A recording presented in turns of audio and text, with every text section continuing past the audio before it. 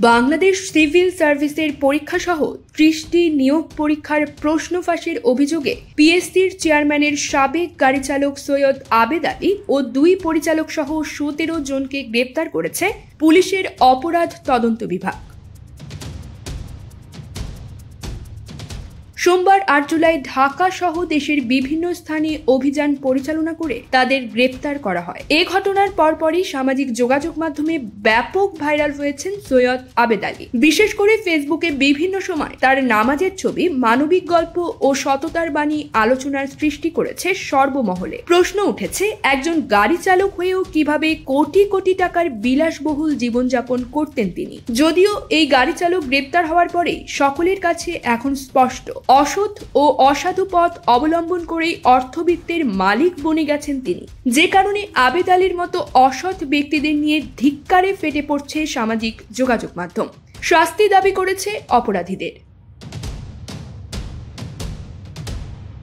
তাদেরই একজন অভিনেত্রী সোহানা সাবা সোমবার বিকেলে ফেসবুকে আবেদ আলীর নামাজরত একটি ছবি শেয়ার করে এই অভিনেত্রী লিখেছেন, যারা দেখিয়ে দেখিয়ে ধর্মচর্চার নামে বাড়াবাড়ি করে, পাশে মসজিদ কিংবা নামাজের স্থান রেখে রাস্তায়, খেলার মাঠে, সমুদ্র তটে নামাজ পড়ে ছবি দেয় সোশ্যাল মিডিয়ায়, এদের মাঝে আমি কোনো ভালো মানুষ দেখি না, সবগুলোই বাটপার। অভিনেত্রী আরো লেখেন, যারা শুক্রবার জুম্মা মুবারক বলে ফেসবুকে পোস্ট দেয় আর যারা নিজেদের আমল নামা বাদ দিয়ে অন্যদের পোস্টে কমেন্ট করে, পরকালে দোজখে যাবে। আর দান খয়রাতের ছবি, হিসাব প্রচার করে মিডিয়া ও সোশ্যাল মিডিয়ায়, সেগুলোকেও আমার একই ভণ্ড মনে হয়।